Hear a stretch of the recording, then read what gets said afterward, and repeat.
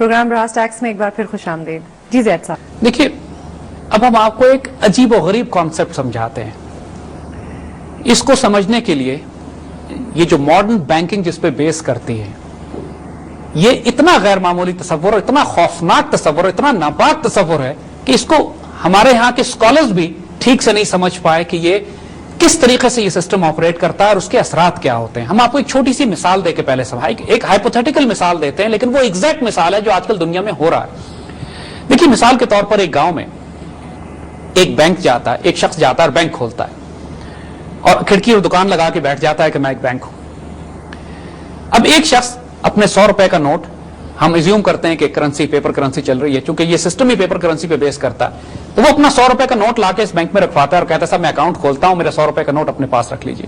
Bank نے رکھ لیا اور اس کے اکاؤنٹ کھول دیا. تھوڑی دیر کے بعد اس گاؤں میں ایک دوسرا آدمی اس بینک میں آتا ہے اور کہتا ہے صاحب میں نے اکاؤنٹ نہیں کھولنا، مجھے قرض چاہیے، مجھے اپنے کاروبار کے لیے کام کے لیے مجھے قرض کی ضرورت ہے.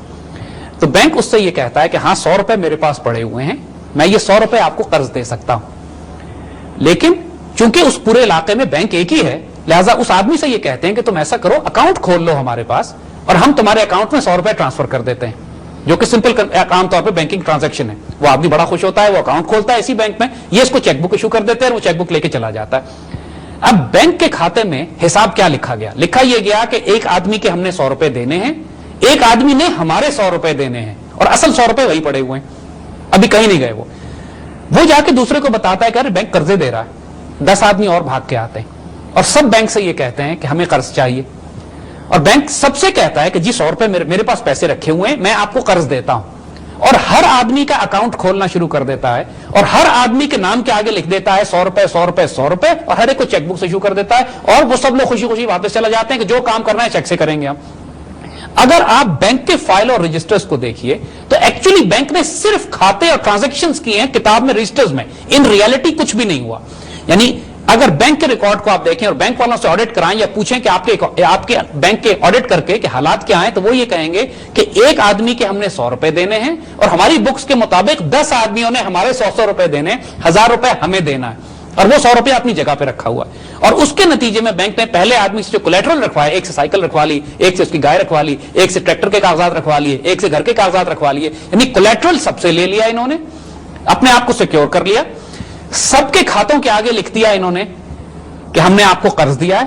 تو ٹیکنیکلی جو 9 آدمیوں کو بینک نے قرض دیا ہے فالتو، وہ فیک منی ہے، وہ کرنسی تھن ایئر میں سے پروڈیوس ہوئی ہے. ان ریالٹی وہ کرنسی ایگزسٹ نہیں کرتی، وہ صرف کھاتوں کا ریکارڈز کا چکر ہے، ہیر پھیر ہے، وہ ٹوٹل فراڈ ہے. اس کو ماڈرن بینکنگ کی اصطلاح میں کہتے ہیں فریکشنل ریزرو بینکنگ. دنیا میں تمام بینکس اسی پرنسپل پہ کام کرتے ہیں، اس کو فریکشنل ریزرو بینکنگ کہتے ہیں. دنیا کا سب سے بڑا economic fraud fractional reserve banking ہے.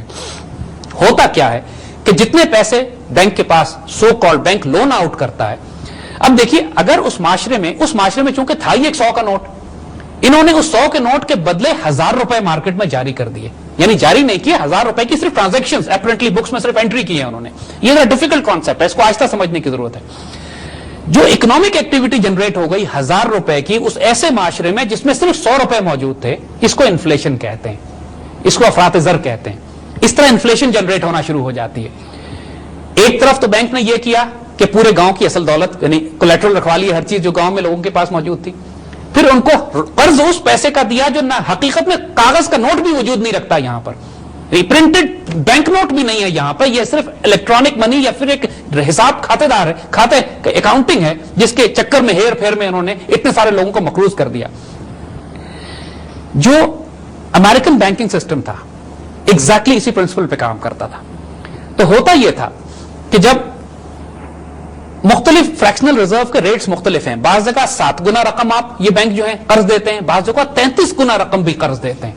تو نتیجہ یہ ہوا کہ فار ایگزامپل اگر امریکن کے کسی بینک میں ایک آدمی $100 رکھواتا ہے جا کے، تو وہ امریکن بینک اس کے مقابلے میں $3500 تک لوگوں کو قرض دے سکتا ہے اس $100 کے اگینسٹ. خدا کی پناہ یہ کیسے کرتے ہیں کہ $100 کے اگینسٹ میرے پاس 100 روپے ہوں اور میں $3000 کسی کو کیسے قرض دے سکتا ہوں؟ لیکن یہ ایسا جادو ہے کھاتوں کا.